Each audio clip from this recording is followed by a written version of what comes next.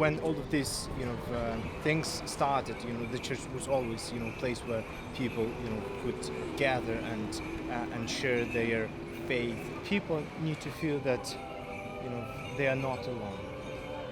They have someone with whom they can share, their tears and sadness and happiness as well. And the church is a place, to encounter not just with God, but with other people as well.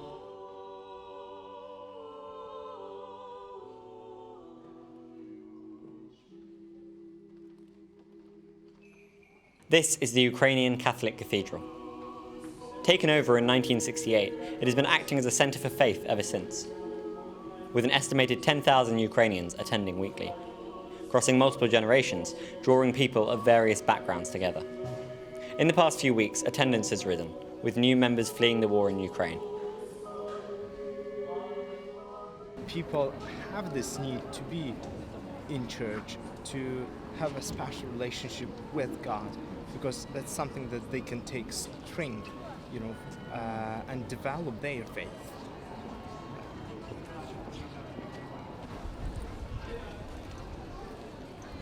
A lot of the people who are here today are from Ukraine, and I would say probably quite a few are new arrivals to the UK.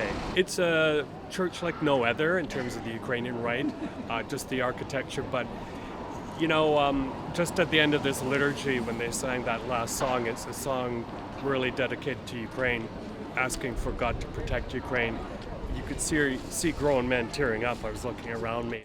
Fundraising for Ukraine has become a pillar of the church's activities since the situation escalated, and part of this was a passionate fundraiser for humanitarian aid, a concert of Ukrainian and Lithuanian musicians. This event ended up raising upwards of £12,000. So I was approached by Peter Moorhouse, who is a very keen amateur musician.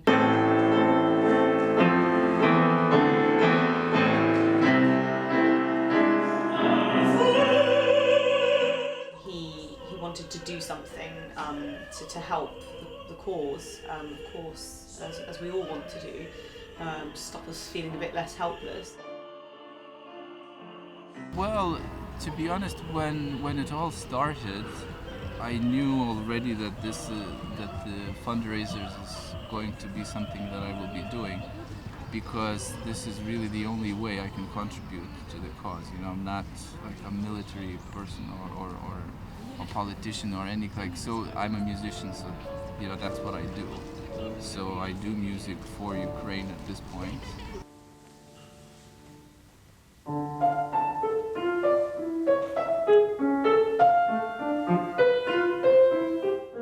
But the recent escalation isn't a new war, and aid would have been welcome for much longer than these 90 days.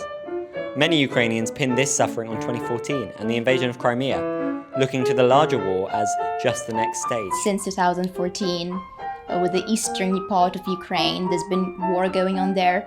Just like now there is in the rest of Ukraine, that part of Ukraine has always been going through this for the past several years. And it's actually shocking how many people in the UK and other countries just simply weren't aware of that.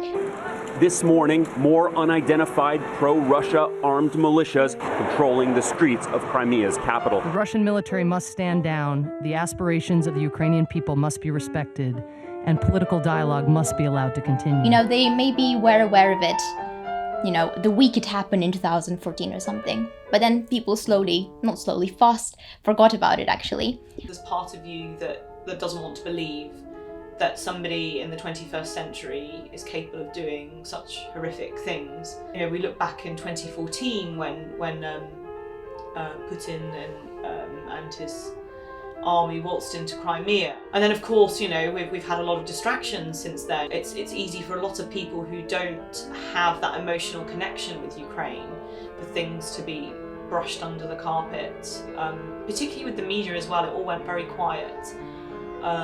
Until now, of course. Everyone was silent, and now we can see the difference between those period and nowadays. We, in mass media, we need to share the information because it's another part of the war, the informational war. What's made clear is that Western media must not forget about the war. The suffering of the people in Ukraine is extreme, and support such as that the Church provides is essential, both in terms of religious support and more tangible aid. Of course, when all Ukrainians, started coming with these new programs, which was developed for Ukrainian people, we see that there are a lot of people who we haven't seen before.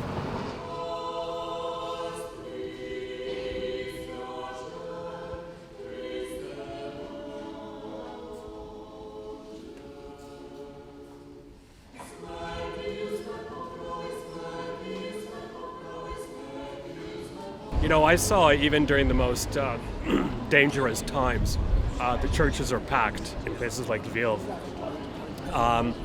People, you can be during a divine liturgy and the air raid sirens go off and people stay in the church. So much is the feeling of protection there.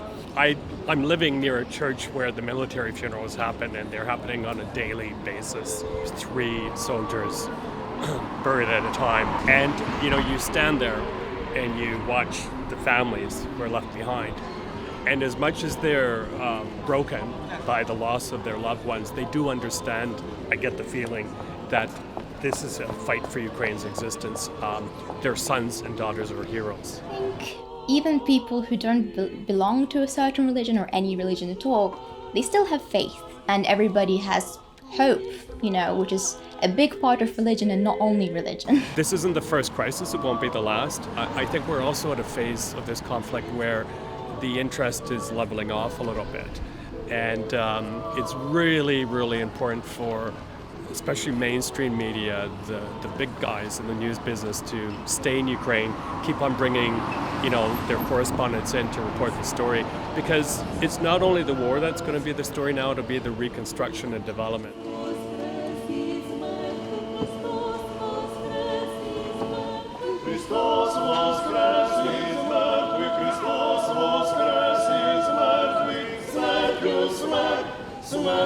Смерть подолав і тим, що в робах.